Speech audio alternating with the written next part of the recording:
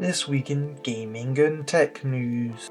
This week we have PlayStation and Xbox having server outages. We've also got some news about GTA 6 being region locked, and some people's chats with Claude AI getting leaked online. So let's get in. But first, it may be a little bit cheeky and ask if you like this content, please like and subscribe. It really helps the channel out. And if you hate me, you can unsubscribe. But hey, let's get into it. Okay, first of all, I saw that PlayStation went down.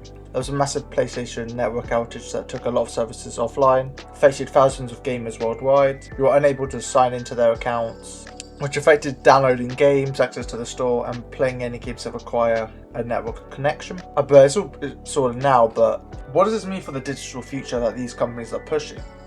Like, a lot of people are saying this is just karma for PlayStation. You're pushing the digital only, but we can't even play the games if we wanted to when the server's out. But yeah, that does just really suck. And then on Xbox, it was similar, suffering from major outages, affecting many of their online services, but with the inability to sign into their account and start downloading games. Yeah, it was affecting account and profile, store and subscription, games and gaming, which, yeah. And more on the Xbox, they were saying it's an unacceptable situation with the CTO addressing the outages.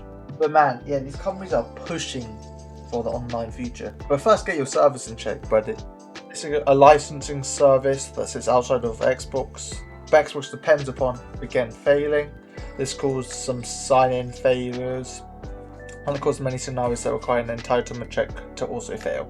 Yeah, that just suck. And I actually didn't experience any of this because I play on PC. I don't mean that in like PC's better, but that's something that is better about PC. You're not relying on these companies. But I mean, yeah, it's just on PC you have access to so many different companies that you aren't ecosystems. I know you could probably say that Valve have a monopoly, but just, yeah, I feel like PC is definitely post that where other companies competing against each other to create the best experience. But Sony and Microsoft and Nintendo you can include, when everything locks into their platform and they can charge what they want for their games. And then when the server's out, nothing really bad happens to them. You just can't play for a couple hours, but that doesn't affect them. You can't buy your games anywhere else. But yeah, man, it just really sucks. And I feel like this is maybe a bit of a check for some. If you're like, oh, it doesn't matter, physical media doesn't mean anything anymore, but there's still some pull with having digital media. But I think with the Xbox, you couldn't even play physical media because you couldn't sign in anyway. And more on Sony, apparently planned for a PlayStation blackout from August 23rd to 30th. Games everywhere are saying that they were down PlayStation tools and not switch on their consoles, play any games or make PSN related purchases for an entire week.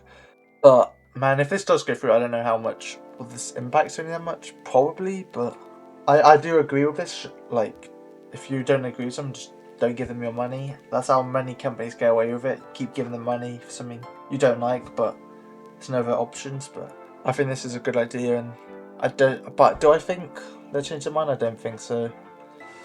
I really don't. It does depend how many people are actually going to participate in this, and that will determine how much of an impact and the results it could achieve.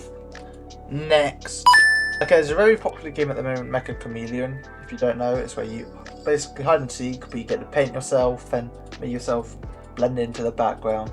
But you can have downloaded maps, so there's many custom-made maps, such as like this Minecraft map or other maps that users have created for the game, and you can download them and play them in real servers. But some user-made maps have been found to contain malware, and also the official game Discord server did get hacked, so there's currently someone out for them. But managers just show that it's so easy to get malware infected on your device. And like with a game like Mecha Chameleon, like there's two people, I believe it's made by two devs, who love the game and are really good, passionate game devs, but they're probably not thinking that this game's going to be as popular as it is. They're not worried about the security of the game, and so then it just allows some malicious users to create maps, have malware in them, and then it gets infected to quite a lot of devices. But yeah, always be careful what you're downloading. Next, apparently some GTA 6 PS5 codes are region locked, but the Xbox version isn't. There'll be different regions where the code you get can be used in, and also like for some reason that Japan you have to use within 170 days, which I do think is long enough, but apparently this is due to regional regulations. But man, imagine you bought the game, you just couldn't use the code for whatever reason, and you just have to buy the game again, which would just reset. But yeah, dude, like, so I think this is probably to maybe bypass maybe keys on like third market, having them region locked, probably reduce the spread. Or it might just be like how something's a price depending on that country, so it's just easy to region lock it. Next, okay, it's time for the quickfire. Okay, some people's chats were found publicly with Claude AI, with hundreds of user conversations with Anthropic's AI chatbot Claude found available to essentially anyone online. They have been removed now, but a spokesperson from Anthropic said they were not guessable or discoverable unless people chose to share them themselves. So basically blaming you guys. Why did you share your chats? Huh? You shouldn't be doing that. And now everyone can see you being sus to your chatbot online. Insane, man. I feel like with all this AI, like technology is getting worse. It's getting more sloppified. I thought it was supposed to make things better, but hey. The paper is backing an app called Click to Pray, which had a lot of security holes in it, with the Pope's official app exposing at least 700,000 user emails, with the vulnerability being fixed now, with the vulnerability being pretty simple, where you sign up for the site hands you a user account ID, so if someone could guess your ID, they could just have access to some of your information, which, yeah, definitely not good, but hey. Yeah, a lot of companies such as Nvidia, Red Hat, Cloudflare, and Microsoft have launched the Open Secure AI license, with a plan to share open tools that promote responsible use of AI and trust in AI. Yeah, I think a lot more companies do need to be involved in something like this. I'll put all the companies that are involved in this on screen. But I think there needs to be like a collection, not just companies, but countries involved with AI, man. I think this is like maybe on the scale of nukes, with just how important it is to get right. But hey, let's just see what happens.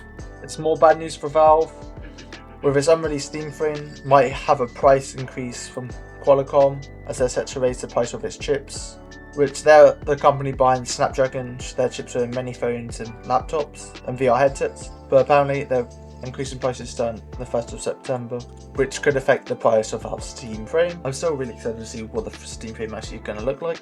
Amazon's Tomb Raider Catalyst has been delayed to 2028, with a significant pushback, originally supposed to be released in 2026 or 2027.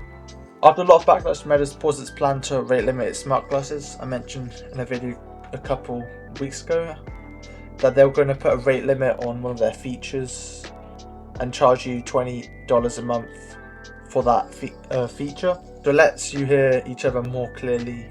And the thing is that feature run locally, so you're not even like accessing their servers. So they just wanted more money. But now they've given up on that idea, but the company's not given up on the idea of a subscription fee for certain features. With some premium features will be a subscription based over time. And finally, data miners discover Xbox backwards compatibility on PC can run Xbox 360 games. That Microsoft announced its backwards compatibility on PC. Data miners have discovered that Xbox emulator in question isn't an Xbox emulator, it's actually a 360 emulator that's running XDFU, which is the same emulator that Xbox 360 hardware uses to emulate the original Xbox games. So it's basically an emulator inside an emulator. But yeah, it's always cool to see what the emulation is up to. And that's this week's gaming and tech news, and I'll see you in the next one. Latest gaming and tech news every week. Keeping nerds up to date. Yeah, you know the rest.